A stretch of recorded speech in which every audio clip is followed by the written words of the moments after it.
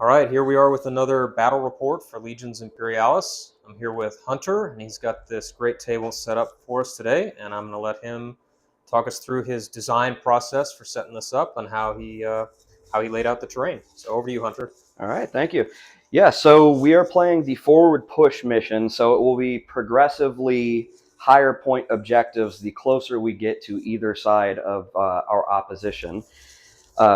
To kind of facilitate this, we've got dead center, two different industrial zones that are going to act as obscuring as well as difficult terrain. And then in either corner of either player's side, we have one building that kind of sits very heavily on an objective to kind of give a strong home objective. And then either side also has kind of a weaker home objective where there's a building to the rear but not sitting directly on objective with a sand dune just in front. We have two raised areas in the back that can facilitate some infantry that would be able to target either side of a given home objective, but both are technically no man's land. So yeah, that's the idea. It's a straight symmetrical board. It should be real fun to play. Great, yeah, thank you. Yeah, I'm looking forward to it. So we're going to cut here, and then we'll go over the armies. All right, so my army for today, we've got a Legion garrison force, which will consist of 4 standard troopers with leader and an apothecary with 8 missile troopers. That will have a full block of Derrideos of split composition. We will have a full block of assaults, and then 2 mastodons in the back that are going to be carrying a separate 4 block of Leviathans each. We've got Hero Group Arcadus, which is going to be 2 separate 4 blocks of Sakaran Punishers. We got 4 Land Raiders, and inside embarked in that will be my Plasmas. From there, we've got the new Super Heavy Spearhead detachment, which will consist of 2 Fellblades, 2 Asalon, and 4 Cerberus. The loadouts for those are quad las cannons on the Fellblades and quad bolters on the Asalons. And yeah, it's pretty straightforward. Awesome. All right, guys, so this is my Mechanicum force. It's pretty similar to what you've seen on the channel before. The major change here is I'm including the Autocratori Regiment, which is going to have 2 detachments of 3 Krios with the lightning cannon, and then 1 detachment of 4 Karachnos assault tanks. So those are new to me, so I'm going to be learning how to use them today. The next formation I have is a Legio Cybernetica cohort right there. I've got an Archmagos on a Bant and 2 detachments of 4 Castellax. Each of those are going to be supported either by the Archmagos or a Tech Priest Auxilia. Then we've got 2 detachments of 8 Thalax. I'm going to be using those as my high mobility, trying to get around to the flanks, using those melta-guns to try to take out some of the heavy armor that Hunter's got. Next up, we have an Ordo Reductor subdivision. This is being led by an Archmagos Prime, supported by a couple more Tech Priest Auxilia. We've got 2 detachments of 3 Thanatar with the Plasma Mortar, and these are backed up by an additional detachment of 2 Thanatar with the Solex Heavy Las. And each of those are going to be supported either by the Archmagos or a Tech Priest Auxilia. Just rounding out that formation, we've got a Myrmidon Destructor host, 6 strong, and those are probably going to be on the baseline, providing some protection to the near objectives. And fourth and not least, we have the Tagma Sub-Covenant, which is pretty extensive, as you can see here. So it's being led by an Archmagos Prime on a Bant. We've got 2 Ad Secularis Tech Thrall Covenants of 10 stands each. I think in the Liber Strategia they got bumped up to 15 as the max size, where before they were 10. So probably going forward, if I can get my hands on enough additional miniatures, I'll probably bump those up because those are great to hold objectives with. Additionally, we've got a Myrmidon Sector host with 8 stands. So these guys are going to be my close combat punch, and then an additional 6 stand detachment of Myrmidon Destructors. So I was really glad to see in the Liber Strategia that the Destructors now have both weapons that are represented on the base instead of having to choose one like before. So that makes a big difference for them. And that's my 2,000 points of Mechanicum. So we're going to go ahead and get set up, and we'll check in with you after that. All right. So for my deployment, I went ahead and chose my assaults, my missile folks, and the Derrideos as forward deploying for my Alpha Legion rule. I've got the Ascalons over there on the right side, as it seems. Honestly, his infantry is pretty well split, but he does have a lot more Myrmidon presence on this side, which are probably the biggest threat as far as infantry goes. So they're over there. I've got my Mastodons kind of on that side as well. They can take the middle street down and hopefully get in range for either a Leviathan charge or some good shots from them. We've got the Cerberus pretty much centered. That way they can push through, and if they need to use the center lane, they can go ahead and do so. But his tanks are over here on the left side, so it seems like it was a fairly decent deployment on my end. And then we've got the Fellblades there as well. They will... they'll likely end up pushing more towards mid, but who knows what'll happen. We'll just kind of see as the game progresses. Other than that, Hero Group Arcadus is going to be coming in outflank turn 2, and as stated, the Leviathans are in the Mastodon. So now we can see my perspective from the other side of the table. So Hunter deployed the first formation and weighted more towards my left with those Ascalons, the Derrideos, and the Mastodons in the center there. So I'm not quite sure what the plan is here. I just put some of my anti-armor over there to try to blunt that charge. And then I've got some infantry just to try to hang on to the objective and close combat in order to combat those Leviathans. So we'll see how that goes. In the center here, I've got my Castellax again, holding onto the objective. Thanatar is also in the center and on the other side of this building, just trying to keep them as a reserve to counter any of the heavy armor. And then I've got my Thalax here, Castellax to hold that objective, Myrmidons in this building, and then I've got my armor arrayed on the right, looking to push up and take one of those middle objectives. All right, so for movement phase, I went ahead and pushed the Ascalon up with that march as fast as possible. They got in some good range, used their point defense on the Myrmidons in the building to no effect. From there, we had the Derrideos. They just had a standard move. Their missiles will be within range this turn. Mastodons, they marched up the board as fast as the Ascalon did as well. The Leviathans are going to go ahead and stay inside nice and protected for this turn. My infantry moved or marched right up behind them. They had forward deployed just post our last video, so they had a little bit extra range. We've got from there both of my tank blocks just pushed forward in a standard move. They will have targets this turn, and then my assaults are hiding themselves in the buildings because they're scared of big tanks. So over here on the left flank, I put a bunch of stuff on March, and it's my fairly firm contention that March is kind of a trap. It usually seems to backfire. Maybe I just don't know how to use it yet. But I put my Thanatars on March, which, I mean, it's got them in a decent position now where they can put fire on those Ascalons. The only problem is they probably could have hit them even without going on March this turn. So I missed a round of shooting there. I do have my Myrmidons ensconced in this building here, but Hunter's going to be able to put 2 templates on those buildings, so they're going to be relying on their 4+ native save to try to carry them through that. Other than that, on the left flank, I've pushed up my Castellax to kind of block off the approach to this objective and then back them up with some Tech Thralls and Myrmidons. I think it might have been better to put the Tech Thralls out front to kind of cushion the charge from those Leviathans, but we'll see how that goes. And then I have my Thanatars with the Plasma Mortars. I don't think they have range this turn to fire on anything, but we'll see.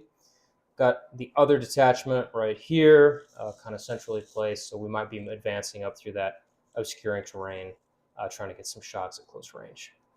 Other than that, On the right flank, kind of carrying out the same plan here, pushing my Castellax and infantry up to secure the objective. Got my armor on the right there. Probably going to take a few casualties or knocked out tanks from that heavy block of armor right there, but we'll see if I can carry the day with my infantry pushing up the center to actually occupy and control those objectives. So this is the end of turn 1 movement. So we're going to get into combat, and we'll check in with you after that. All right, so this is the end of combat turn 1. Not too much going on. I took a pot shot at the Mastodons coming up the center of the table. One of my Thanatars with the plasma mortar hit, did enough damage to take down a void shield, but Hunter's going to roll for that and probably get it back on a 4-up at the end of this turn.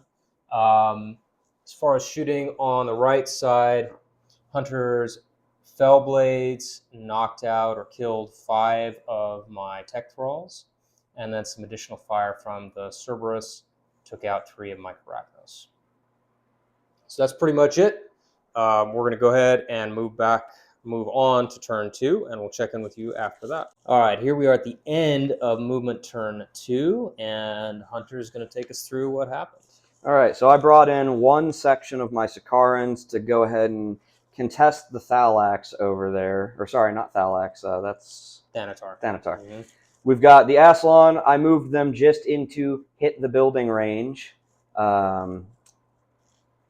We've got the Mastodons. They pushed up and disembarked.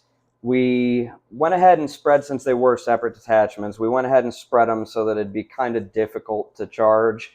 And we kept that. I think I did pretty well with splitting up the charge. You did countercharge, so they're going to be eating up some combat. Missiles are in range. Derideo's pushed up.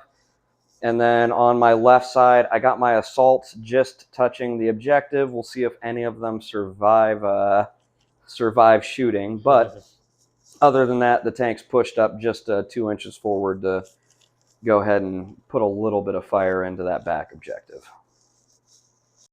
Yeah, so as Hunter said, I pushed up my Thanatar to try to counter this push. We'll see how that works out.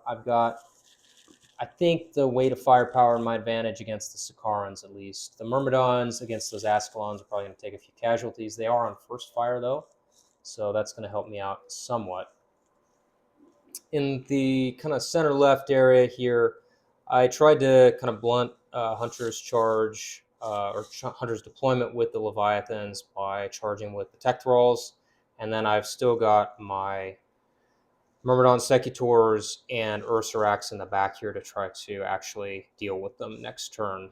Thanatars are here on first fire, probably going to put some shots into the Mastodons, but we'll see. And then in the center, I've just been using this industrial area as cover for more Thanatar and some Thalax. And then on the right here, really having a tough time. I've got some infantry on the objective, Myrmidons in the building there.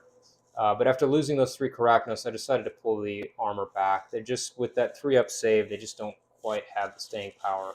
3-up save and a single wound.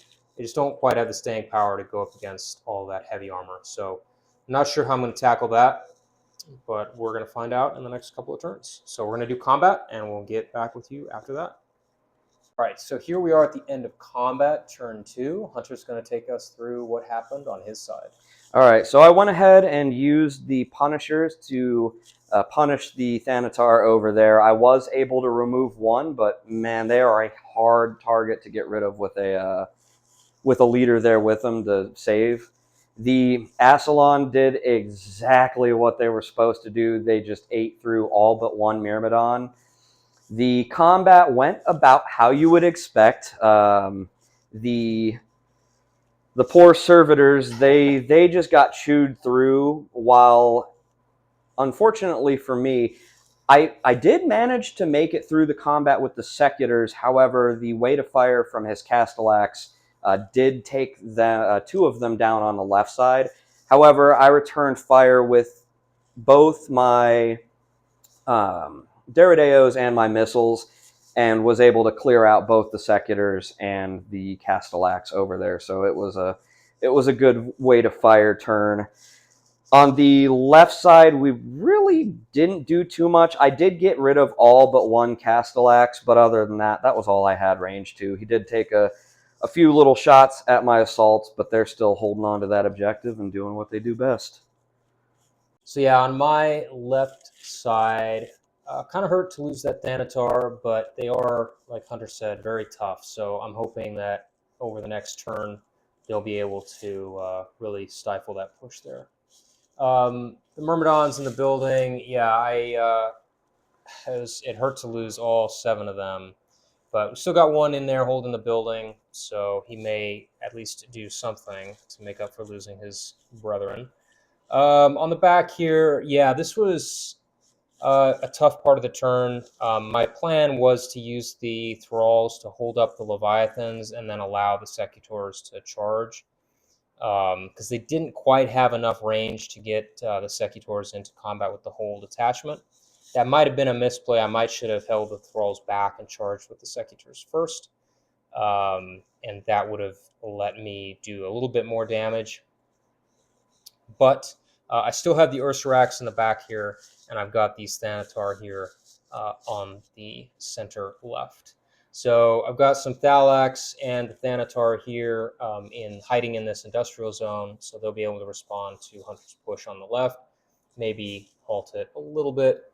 Over here on the right, lost some of my Castellax to fire from the Fell Blades, and then the Myrmidons are still holding down this building here. So Hunter's still got fairly substantial force to bring onto the table, so kind of holding my armor back to deny this corner. Not sure how that's going to work out. It seemed like charging them up the table right into the teeth of Hunter's armor there was just going to end up with a lot of dead tanks rather than anything meaningful. So I think we're going to proceed with the next turn, and we'll check in with you once movement is complete. This is the end of movement turn 3, and Hunter's going to take you through what he's done. All right, so the Punishers are doing exactly what you would expect them to, counter-opposing the Thanatar there.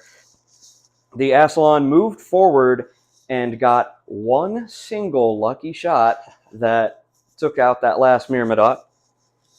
So from there, I pushed up my infantry to be fully on the point so that when my Leviathans inevitably die, there is somebody there to make sure that objective is contested.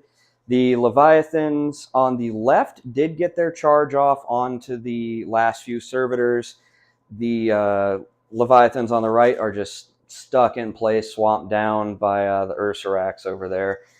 But with point defense, I was able to take out his leader and push my Myrmidons, or not Myrmidon, sorry, Mastodon, comfortably onto objective. Then I brought in my Arcadus guys. They dumped out the plasmas, which are now actually garrisoned inside of the building. We're just leaving them there for ease of movement. But I've got several vehicles on there to help keep that objective. And then over on the left side, I pushed up my tanks so that they have a little bit of a target. I kept the Fell Blades pretty rear facing so that they don't take any fire from those Myrmidons in the building. And then I brought in the other section of Sakarans, which point defensed off a few Thalax over here. But that's me. So on my left, still facing off with those Sakarans there. I won't repeat Hunter's summary of the turn here, but a few points, I guess, that I can cover. I moved my Thalax and the Thanatar out of the industrial area or to the edge of it. So they're going to be putting some fire on those Mastodons, or maybe these Land Raiders now that they've jumped off the table edge and occupied that objective. So we'll see. On the right, I moved these Thalax up here into the open. Might have been a mistake.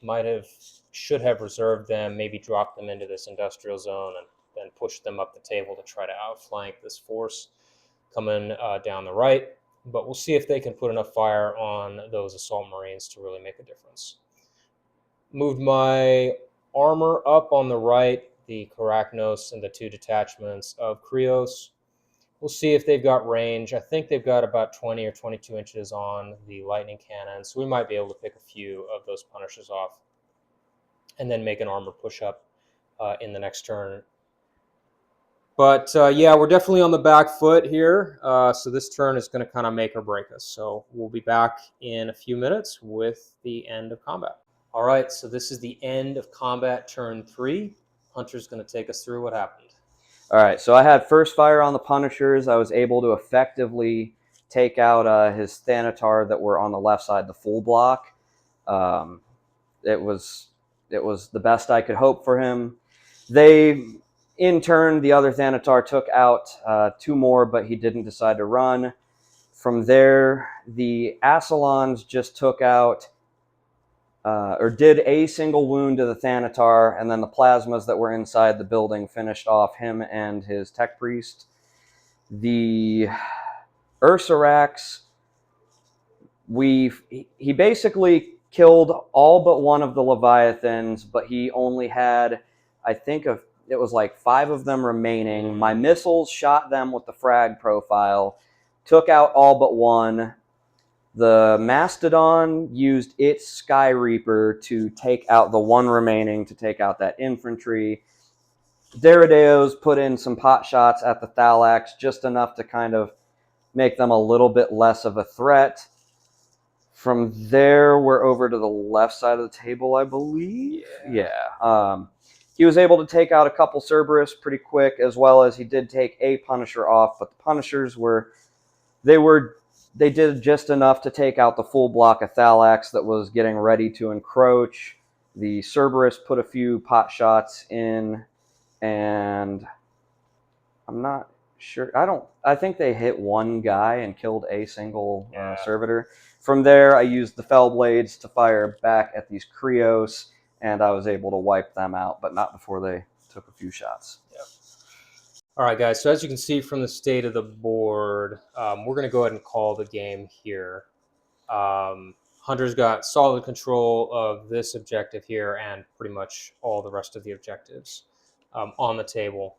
The last major force that I have really is my Thanatar and the remains of the Thalax here, but they're just not going to have the firepower to do anything against these guys. So they might be able to take the building down if I was really determined about it, but then the rest of Hunter's force would be able to attack them with impunity and be able to take them down pretty easily. So over here on the right, kind of the lame duck flank of this game, I think, the Myrmidon's still holding down this building, but they did do some damage against the Cerberus, but just not enough to really make a difference in the game. The armor, so they did do a fair few number of shots against the Punishers and the Cerberus. So I think that target is kind of where the Krios is probably going to shine against kind of light armor. Light tanks, yeah. Right. It just doesn't have the staying power, I don't think, to really go toe-to-toe with the Cerberus and the Fellblades. The one thing that I don't like about them, I do like that they have the high rate of fire and the dangerous weapon, AP-2 with 2 shots is pretty good. Yeah. Definitely. The one thing that I don't like about them is that they just don't have, I don't think they have the speed really to get where they need to go because they're so light. And the Mechanicum really just doesn't have any other armor. I think they need a little bit something more to kind of put them in the more competitive edge. But this is only the second time I've used them, so I'll reserve judgment.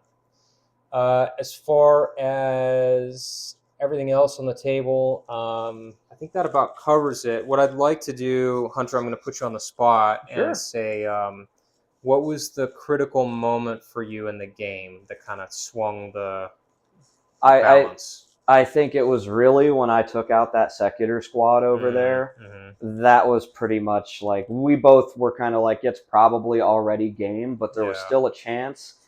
But then from there, this T3, I rolled well, and you just got unlucky on a lot of saves, and that was pretty much it. Just very swingy dice-wise.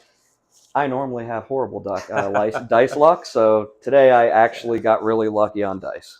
Yeah, and once you get that initiative or the momentum, right, it just kind of accelerates Yeah, from it really there. does. So It was still, I think it was a really fun game. I think the Sakaran Punishers were exactly what are kind of needed to deal with the toughness that yeah, is the Mechanicum.